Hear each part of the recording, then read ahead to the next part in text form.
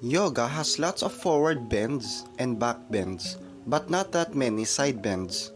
Gate pose offers the rare chance to really get into your side body and stretch the neglected muscles between your ribs. You can do this pose as part of a warm up, cool down, or stretching routine. Kneel down, facing the long side of your mat. Stretch your left leg out to the side and externally rotate the leg so that your heel is on the mat with your knee and toes pointing up.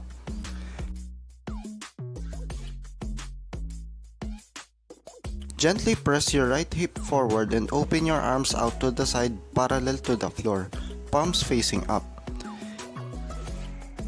Inhale, lengthen the side waists and exhale. Lower the left side body to the left leg, placing the hand down on the leg. Ground through the right knee. As you inhale, lift your right arm up and over to the left, still pressing your right hip forward, knitting your ribs and rotating your ribcage towards the ceiling. Look up, under the right arm or in front of you. Stay for 5 to 10 breaths. Then, repeat the stretch on the other side.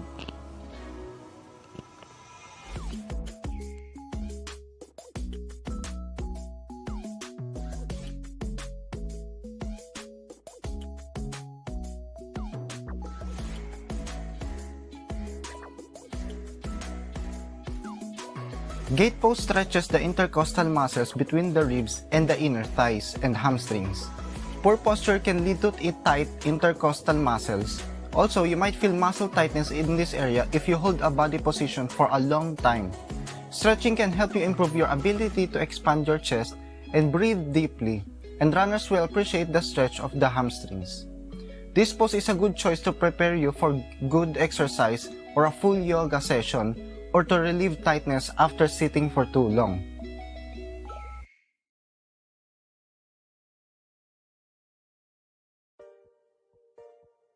So what is downward facing dog? Downward facing dog pose is a foundational yoga posture that you'll likely practice countless of times throughout your yoga lifetime, because this pose is equal parts strengthening and stretching. Practicing down dog can help to build better balance and flexibility throughout your whole body. Just be sure to practice it with care and attention. If you have stiff shoulders or hamstrings, the pose may feel challenging. If you're flexible, you can want to be cautious to avoid collapsing in your lower back and shoulders.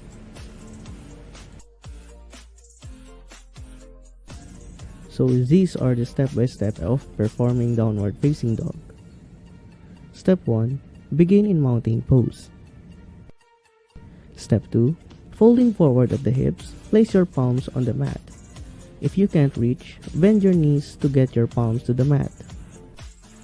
Step 3. Step 1 foot back several feet and press your palms firmly into the mat. Step 4.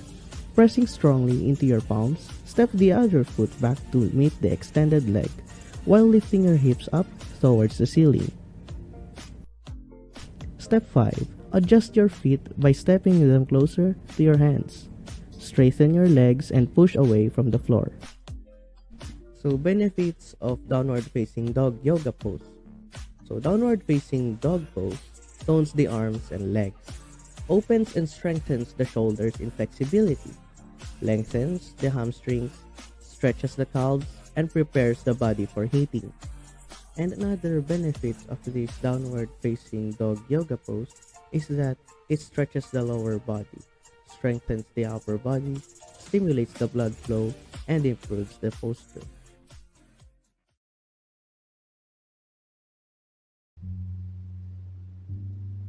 Child's pose or balasana. In any yoga class, this is a good pose to come to if you want to rest and reset your nervous system.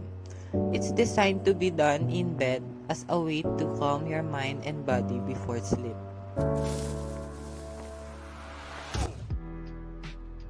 How to perform a child's pose. Here are the procedures to perform an accurate child's pose. Step 1.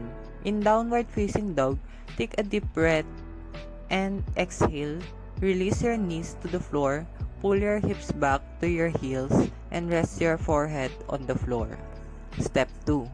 You can either leave your arms stretched in front of you or pull them next to your body, hands resting palms up near your feet.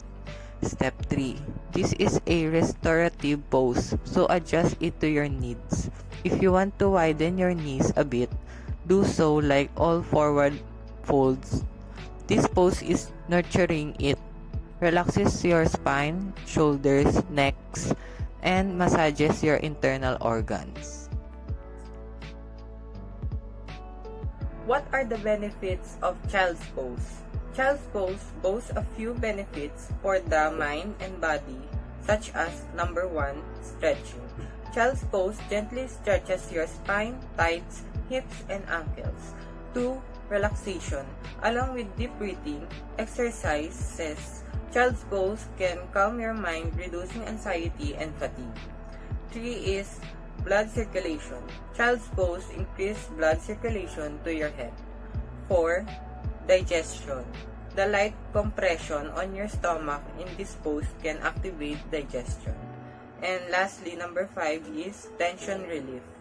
Child's pose can release tension in your lower back muscles, chest, hamstrings, and shoulders. That's all.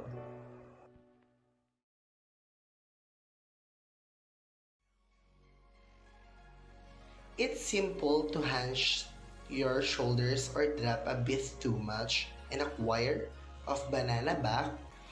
As a beginner, a good way to figure out this position is to have a partner look at the form you're making from the side.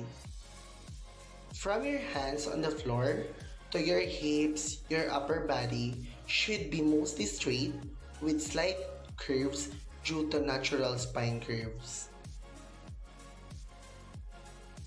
Step number 1. From the forward fold, place your hands flat on the floor, bending your knees as needed. Step 1 leg back at a time until you're in high plank pose.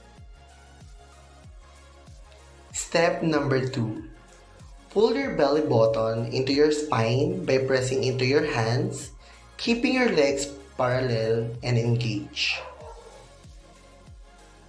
Step number 3. Take a few deep breaths here, concentrating on your core and arms. Boost mood and relieve stress. Plank pose. Like any other physical exercise, help release in the brain which are known to enhance emotions of happiness and decrease of feelings of stress. This position can also help with stress release since it encourages your body stretch and extend. Gives you better posture. Better posture is most easily achieved by ensuring that the muscles in the spine, midsection, and upper body are strong and healthy. So the back, chest, shoulders, abs, and neck engage and work hard to gradually correct your body's natural posture while you practice plank pose.